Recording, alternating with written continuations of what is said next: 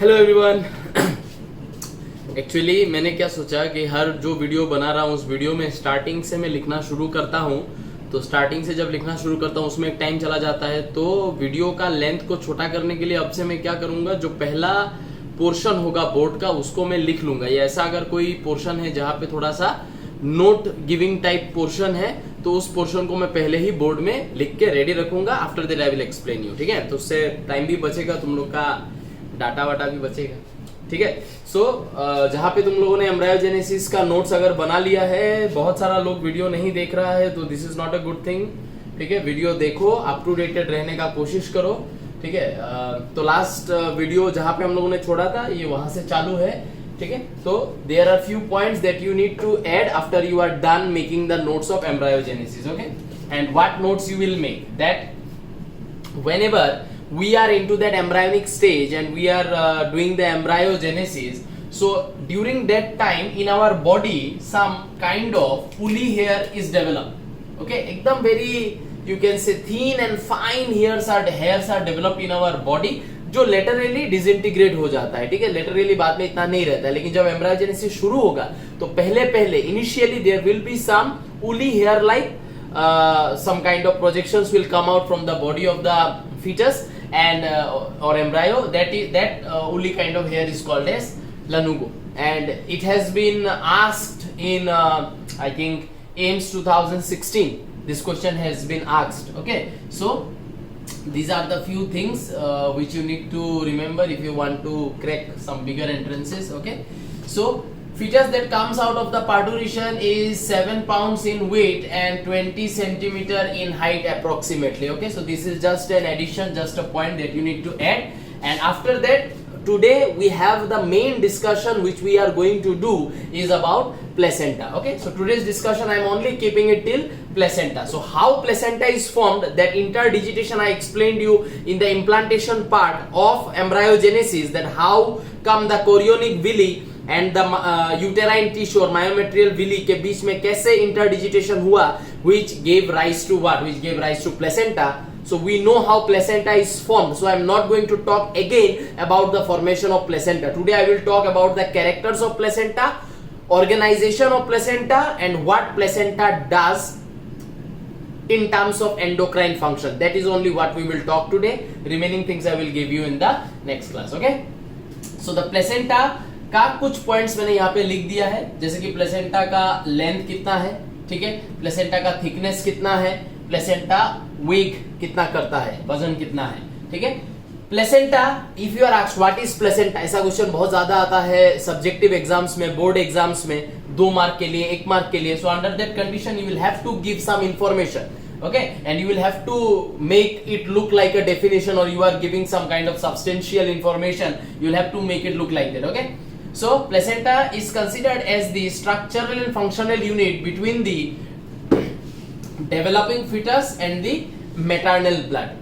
Okay, so last class में मैंने एम्ब्रायोजेनेसिस जब पढ़ाया उसमें इम्प्लांटेशन में मैंने बोला था तुम लोगों को कि जैसे ही प्लेसेंटा फॉर्म हो जाएगा उसके बाद जो भी खाना चाहिए for the embryo to do its cell division, embryo को अपना सेल डिवीजन करने के लिए जो भी खाना चाहिए वो खाना प्लेसेंटा फॉर्म होने के बाद मदर के बॉडी से आएगा। तो मदर के बॉडी से आएगा मतलब क्या, प्लेसेंटा तक कौन लेके आ रहा है, मदर का ब्लड, और फिर प्लेसेंटा से क्या हो रहा है, वो न्यूट्रिएंट्स अम्बिलिकल कॉर्ड के थ्रू होते हुए फिटस के बॉडी में आ रहा है और फिटस को वो न्यूट्रिएंट्स मिल रहा है। तो वही यहाँ पे बोला गया है कि जो भी नेसेसरी सब्सटेंसेस फिटस को चाहिए वो सारा नेसेसरी सब्सटेंसेस मदर के बॉडी से फिटस के बॉडी में आएगा via placenta, via umbilical cord. So placenta is that, you can say placenta is that organ through which this materials का आवन जावन होगा, है ना। तो इसलिए प्लेसेंटा को यहाँ पे क्या बोला गया, structural and functional unit between the developing foetus and the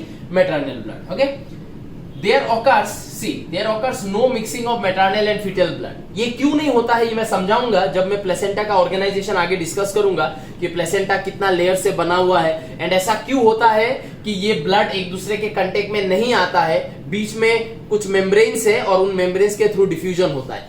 foetus का ब्लड एंड मदर का blood will never come in contact with one another, क्योंकि दोनों के ब्लड के बीच में प्लेसेंटा है.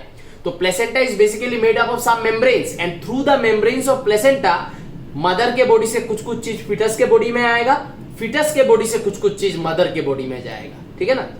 तो there occurs no mixing of maternal and foetal blood directly but selective materials can pass through it.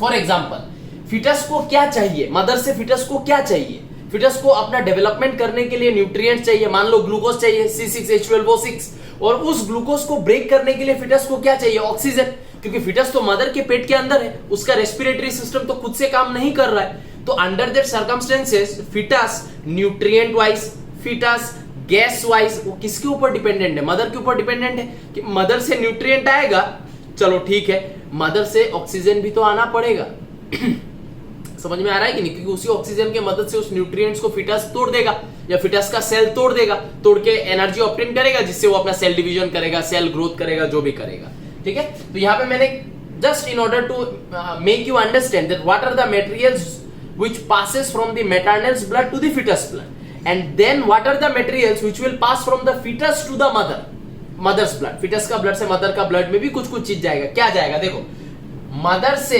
Foetus में क्या जा रहा है, न्यूट्रिएंट्स, ऑक्सीजन, ठीक है। तो न्यूट्रिएंट्स एंड ऑक्सीजन मदर का ब्लड लेके आया, आने के बाद वो प्लेसेंटा के सामने रुका रहा, फिटस का ब्लड आया, मदर के ब्लड से फिटस के ब्लड में डिफ्यूजन होके ये दोनों न्यूट्रिएंट्स एंड ऑक्सीजन आ जाएगा, ठीक है।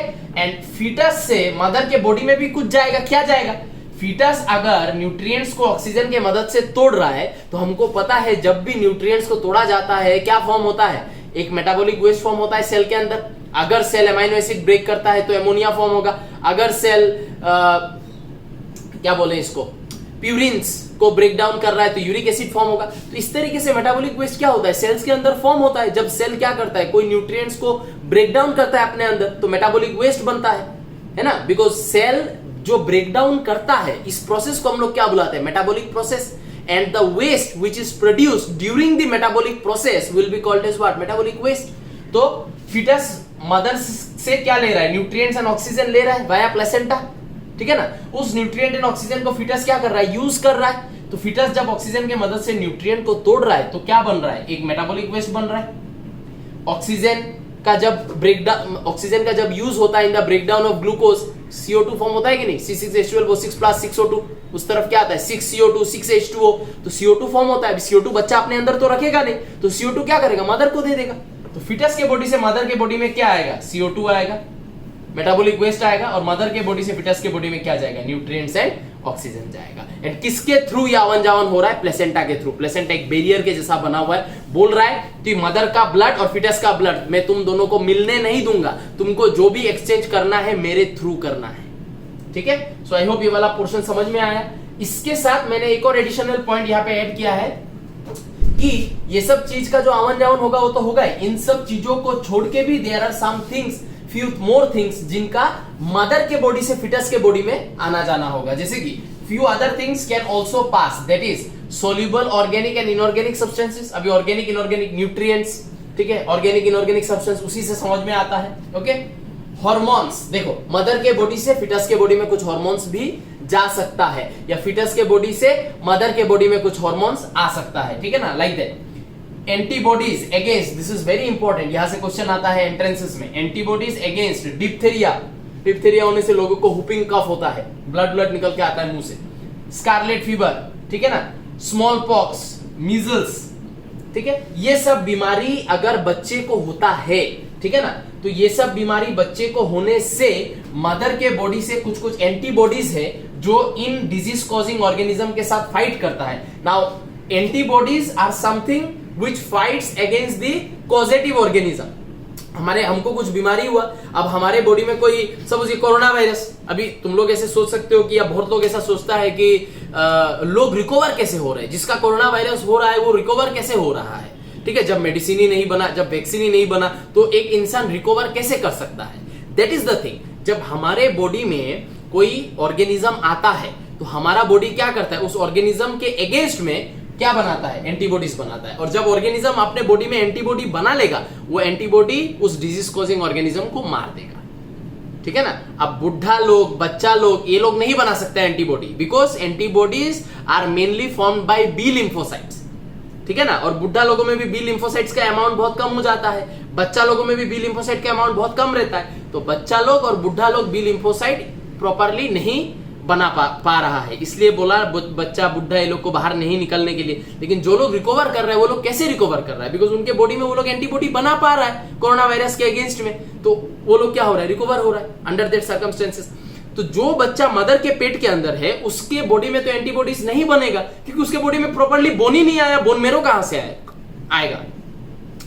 ठीक है ना। बच्चा जो एम्ब्रायो जो मदर के पेट के अंदर है उसके बॉडी में प्रॉपरली बोन ही नहीं आया, तो रेड बोन मेरो कहां से आएगा? रेड बोन मेरो नहीं आएगा तो रेड बोन मेरो ही तो डब्ल्यूबीसी बनाता है। WBC B lymphocyte. समझ में आया ना? तो अगर बच्चे को किसी कारण, ठीक है ना, अगर ये सब बीमारी हो गया तो मदर के बॉडी से एंटीबॉडी बच्चे के बॉडी में आएगा और प्लेसेंटा के थ्रू वो एंटीबॉडीज क्रॉस कर सकता है। ठीक है ना।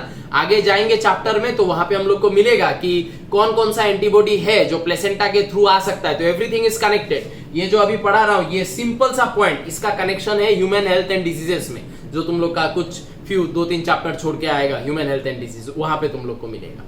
ठीक है। तो क्या क्या एंटीबॉडी क्रॉस कर सकता है, क्या क्या नहीं कर सकता है, वो सब उधर पता चलेगा, लेकिन इससे कनेक्टेड है। तो अगर बच्चे को ये सब बीमारी हो गया तो there mother will form some antibodies in her body, because mother she is young, she has proper bone marrow, she has a proper immunity, so mother will form antibody and mother अपना भी defence करेगा और mother का antibody placenta को cross करके बच्चे के body में आएगा, आके बच्चे को भी प्रोटेक्शन देगा। तो कुछ कुछ डिजीजेस का एंटीबॉडी भी मदर के बॉडी से फिटस के बॉडी में आ सकता है। ठीक है। तो ये है जो डिस्कशन हम लोगों ने किया। ठीक है ना। अब इसमें मैं एक और डिस्कशन जोड़ूंगा कि कभी कभी मदर के बॉडी से फिटस के बॉडी में एंटीबॉडीज, कुछ एंटीबॉडी है जो नहीं आ पाता है। तो अगर बच्चे को ऐसा कोई बीमारी हो गया और जिसका एंटीबॉडी मदर के बॉडी से फिटस के बॉडी में नहीं आ पाता है, तो अंडर दैट सर्कमस्टेंसेस बच्चे का क्या होगा, ये अभी हम लोग पढ़ेंगे। ठीक है। तो ये इसका तुम लोग प्रॉपरली नोट बना लेना। हाँ, फोटो को वीडियो पॉज करके।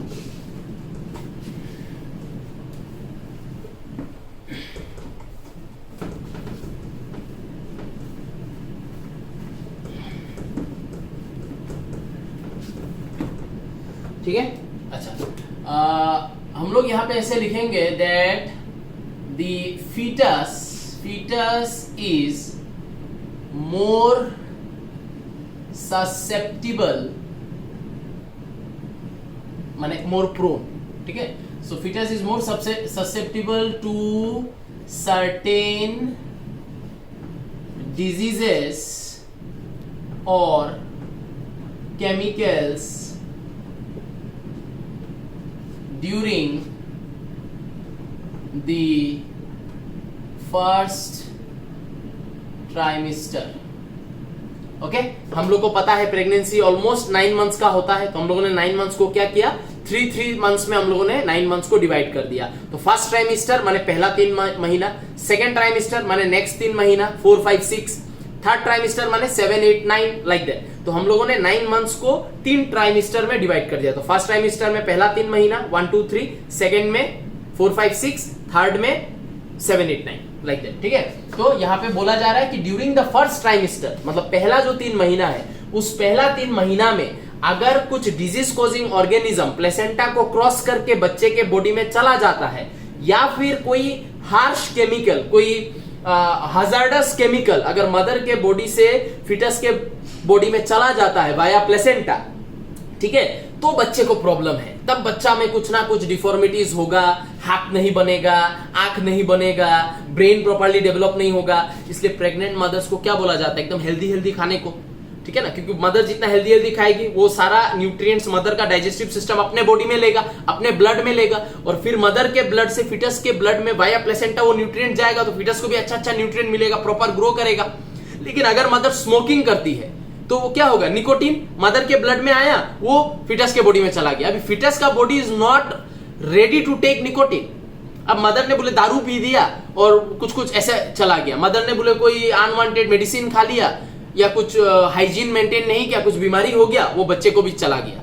तो बच्चा पहला 3 महीना में उसको वो रेडी नहीं है ये सब केमिकल, ये सब ऑर्गेनिजम्स को फेस करने के लिए। तो तब अगर पहला जो 3 महीना है, the first trimester, during that if any of such chemicals flows from the mother's body to the foetus का body, at that particular time the foetus develop some kind of deformities. The fetus will not develop with a like full fledgedly. It will have some kind of issues, some kind of problems. Some organs are not properly developed, or some parts of an organ or some portion of an organ is not properly developed. There will be some abnormalities. So that is what we are talking here about. Okay, the fetus is more susceptible to certain diseases. So fetus is more dependent on mother. And ये जो अभी हम लोगों ने पढ़ा, antibody mother के body से fetus के बॉडी में जाता है, तो fetus ज्यादा डिपेंडेंट है मदर के ऊपर, कि मदर उल्टा पुल्टा ना खाए, उल्टा पुल्टा मेडिसिन ना ले, है ना, क्योंकि हाइजीन मेंटेन करे। तो वो बच्चा पहला 3 महीना में बहुत ज्यादा वीक होता है, तो उसमें उसका खराब हो जाने का चांसेस या कुछ डिफॉर्मिटीज आने का चांसेस है। After the first trimester the baby itself starts to develop some kind of immunity. Okay, the baby itself starts to become that much developed कि it can take certain stress, it can take certain fights with the incoming materials, but during the first trimester ये नहीं होगा। ठीक है, तो इसका मैं एक तुम लोग को एग्जांपल देता हूँ। ठीक है, fetus is more susceptible to certain diseases or chemicals during the first trimester. Some deformities can be seen in such babies after parturition. Okay, and अगर baby form हुआ with some kind of deformities, such baby are called as teratogenic babies. Okay, and these certain diseases and certain chemicals, okay, so these certain diseases and certain chemicals, they are responsible for bringing the deformities. Hence these substances are called as what? These substances are called as teratogens. Okay, so because of these teratogens the baby got some deformities and it became what? Teratogenic babies. Okay, इसका मैं तुम लोग को एक example देता हूं। जब mother को प्रेगनेंसी होता है and in the first trimester the mother will often feel the morning fever. Whenever she will wake up in the morning she will feel cold, chilly sensation होगा, सर्दी हो जाएगा, ये सब थोड़ा सा प्रॉब्लम पहला फर्स्ट ट्राइमेस्टर में मदर्स को होता ही है। What is the solution to that? You will have to consult a proper doctor. You will have to take medicines which have a very less dose or which will be very you can say non hazardous, जिसका chemical mild होगा, तो उस तरीके का mild tablet doctor से consult करके you will have to take it. Now if you go directly to a pharmacy and you say I am having headache, I am having morning fever, they are not going to ask you ना that if you are pregnant or not, because अगर तुम हो भी और उनको पता भी है तो उनको क्या लेना देना, उनको अपना सामान बेचने से मतलब है। वो लोग क्या करेगा, तुमको कोई भी एक जनरल मेडिसिन देके दे देगा जिसका केमिकल बहुत ज्यादा पावरफुल होगा, जिसका डोज बहुत ज्यादा हाई होगा। Such chemicals can cross the placenta and come into the fetus body and it can cause some problem. Okay, so there is a drug which is called as thalidomide drugs, and thalidomide drugs are generally given when the mother will feel that morning sickness, headache. जब mother ये सब feel करेगी तो तब अगर वो जाके ऐसे बोलेगी तो उसको एक ड्रग दे देगा, ऐसे सर दर्द का ये लो, बुखार का ये लो, तो उसमें थैलिडोमाइड बोल के एक केमिकल रहता है। सो थैलिडोमाइड ड्रग्स जो है ये अगर मदर ने ले लिया, डॉक्टर के पास जाएगा तो डॉक्टर कभी भी थैलिडोमाइड ड्रग्स एक प्रेग्नेंट वुमन को नहीं देगा, फार्मेसी वाला तो दे देगा, उसको अपना प्रॉफिट कमाने से मतलब है, और उसको पता भी नहीं तुम प्रेग्नेंट होगी नहीं, क्योंकि पहला 3 महीना में तो बल्ज भी नहीं आता है। ठीक है ना, सो थैलिडोमाइड ड्रग्स, ठीक है, ये थैलिडोमाइड ड्रग्स अगर मदर ने खा लिया तो ये thalidomide drugs can cause phocomelia in the fetus. ठीक है, सो मदर को अगर हुआ, यहां पे मैं लिख देता हूं, generally given during morning sickness, headache, fever, vomiting. ठीक है, so these are what will happen in a female. वो होगा ही, वो नेचुरल फिनोमिना है, वो होगा ही फीमेल को ड्यूरिंग द फर्स्ट ट्राइमेस्टर। तो अगर फीमेल को ड्यूरिंग द फर्स्ट ट्राइमेस्टर ये सब कुछ हुआ तो अगर, और उसने अगर बोले ये खा लिया, थैलिडोमाइड ड्रग्स खा लिया, so this can cause phocomelia in the fetus या फोकोमेलिया इन द बेबी। ठीक है ना। Now what is phocomelia? Phocomelia is a condition where there occurs absence in the formation of क्या, absence in the formation of long bones. सोचो, body का जितना भी long bone है सारा लॉन्ग बोन फॉर्म नहीं होगा. लॉन्ग बोन क्या है? ये हमारा लॉन्ग बोन है. दिस इज क्या? ह्यूमेरस. क्या? Radius ulna, femur, tibia, fibula. ये सब फॉर्म नहीं होगा. तो ये जो हाथ है ना, ये हाथ, ये जो हमारा हाथ है, ये हाथ यहां अटैच होगा, यहां. ये है ही नहीं. देखो, ये है ही नहीं. There is no radius ulna, there is no humerus. This palm will be directly attached here. ठीक है. तो तुम लोग गूगल में फोकोमेलिया, अभी क्लासरूम में मैं कराता तो मैं तो फोटो रखता ही हूं, मैं फोटो दिखा देता. अभी मोबाइल में रिकॉर्ड हो रहा है तो I can't show you the photo. Phocomelia तुम लोग गूगल में टाइप करके यू कैन सी कि फोकोमेलिया क्या है. वहां पे तुम लोग को बेबी जैसा दिखाई देगा. ठीक है. जिसका ये हाथ इधर जुड़ा हुआ है, पैर का जो हमारा फीट है वो फीट सीधा कमर में जुड़ा हुआ होगा. लॉन्ग बोन्स है ही नहीं. ठीक है. So this is what the teratogenic effect that I wanted to talk with you in respect to the placenta. ठीक है. बिकॉज पहला 3 सेमेस्टर में प्लेसेंटा के थ्रू ये सब केमिकल्स जा सकता है और जाके बेबी में प्रॉब्लम कॉज कर सकता है. 3 महीने के बाद केमिकल्स का जाना प्लेसेंटा भी बहुत हद तक रोक देता है. ठीक है ना. 3 महीने के बाद एंड बेबी भी बहुत ज्यादा रेडी हो जाता है to take certain chemicals and to discard them और to not allow those chemicals to cause any kind of bad effect to the baby. वो बेबी रेडी हो जाता है तब तक. लेकिन in the first 3 months baby won't be ready. So I hope ये समझ में आया है. ठीक है. We are moving towards the next part of the placenta. Okay. तुम लोग पॉज करके यहाँ पे you can make the notes. Okay.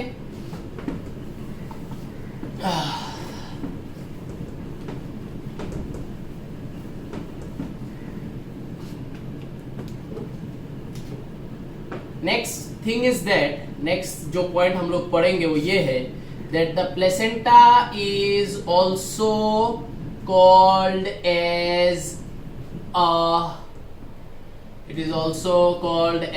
a temporary endocrine gland. ठीक है. तो placenta is also called as temporary endocrine gland. ठीक है. टेम्पोररी क्यों? क्योंकि 9 मंथ्स रहेगा प्लेसेंटा. 9 मंथ्स के बाद प्लेसेंटा को हम लोग निकाल लेंगे. जब बेबी निकल जाएगा प्लेसेंटा को भी निकाल लिया जाता है ना. तो 9 मंथ्स है तो टेम्पोररी. एंडोक्राइन ग्लैंड क्यों बोले रहे हैं? Because placenta is known for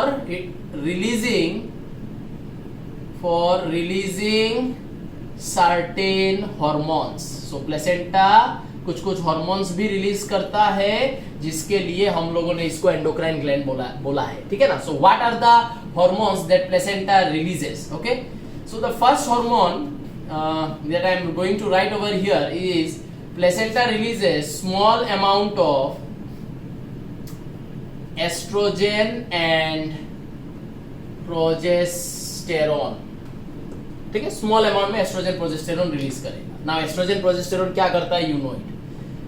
next is it also releases a hormone which is called as relaxin hormone. ठीक है. बट ये हार्मोन जो है रिलैक्सिन हार्मोन ये कब रिलीज करता है? Relaxin hormone is released by placenta during कब? During parturition. ठीक है. जब बच्चा का डिलीवरी देता है, so at the time of parturition relaxin hormone is released by the placenta. Okay. And what does this hormone do at that particular time? What is the function of relaxin hormone during parturition?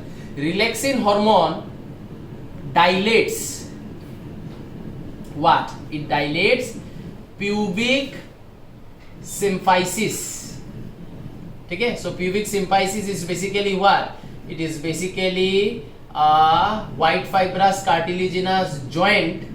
It is a white fibrous cartilaginous joint which is present in our pelvic girdle. pelvic girdle तो पता होगा.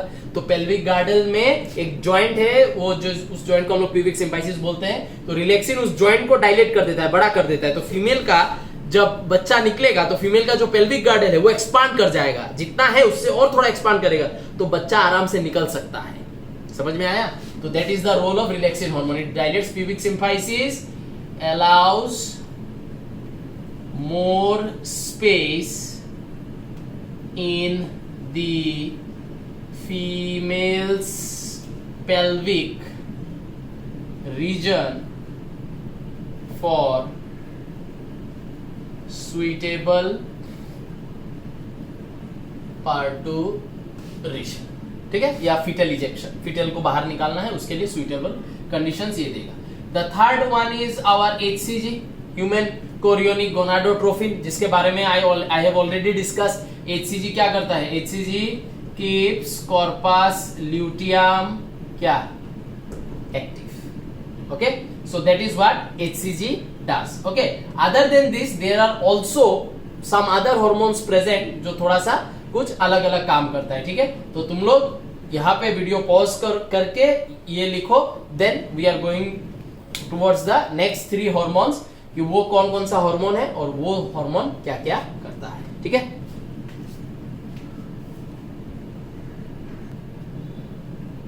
ठीक है, so these are the remaining 3 hormones. पहला जो तुम लोगों ने अभी पॉज करके नोट लिखा है that is okay, these are the next 3 hormones that we are talking about, ठीक है।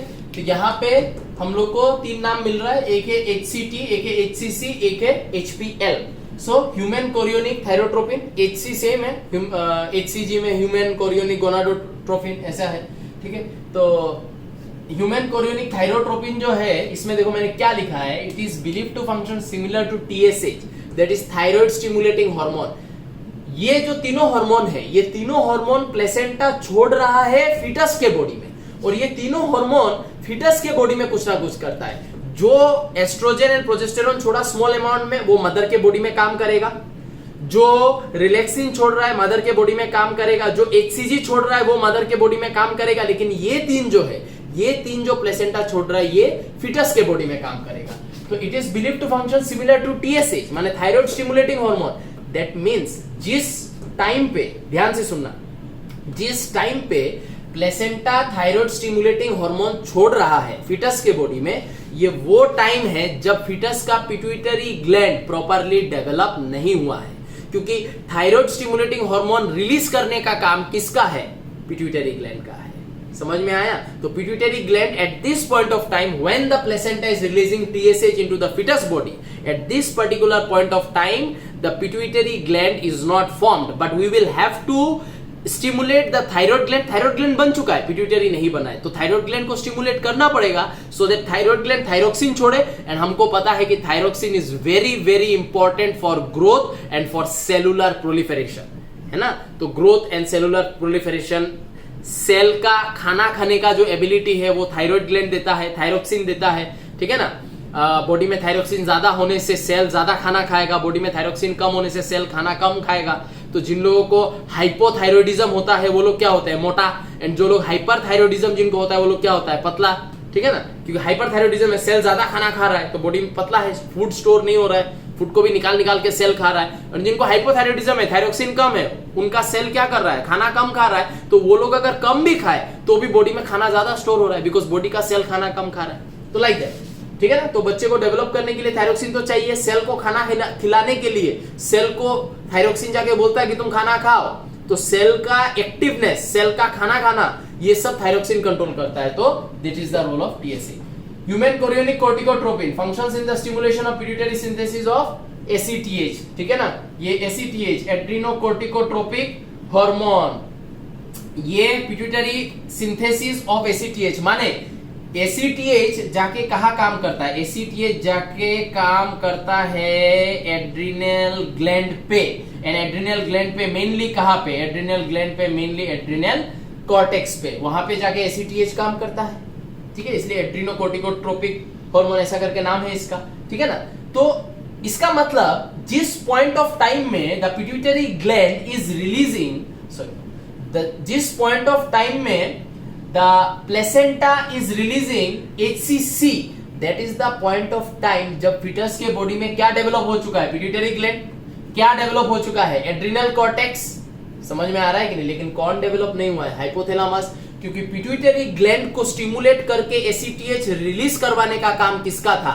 हाइपोथैलेमस का था। ACTH releasing hormone, ACTH inhibiting hormone, ये सब कौन रिलीज करता है? हाइपोथैलेमस। तो बच्चा का क्या है? फीटस का क्या डेवलप नहीं हुआ? हाइपोथैलेमस अभी तक डेवलप नहीं हुआ, लेकिन कौन डेवलप हो चुका है? Pituitary gland. तो हम लोग क्या कर रहे हैं? प्लेसेंटा जो है वो प्लेसेंटा डायरेक्ट पिट्यूटरी ग्लैंड को बोल रहा है कि तुम एसीटीएच रिलीज करो, और फीटस के बॉडी में ये भी रेडी है तो एसीटीएच जाके इसको स्टिमुलेट करेगा और करके इससे जो भी सिक्रेशन करवाना है वो करवा देगा। तो इन दोनों में थोड़ा सा डिफरेंस है। यहाँ पे पिट्यूटरी ग्लैंड डेवलप नहीं हुआ है, इसलिए डायरेक्ट थायराइड ग्लैंड को स्टिमुलेट करने के लिए प्लेसेंटा हार्मोन दे रहा है।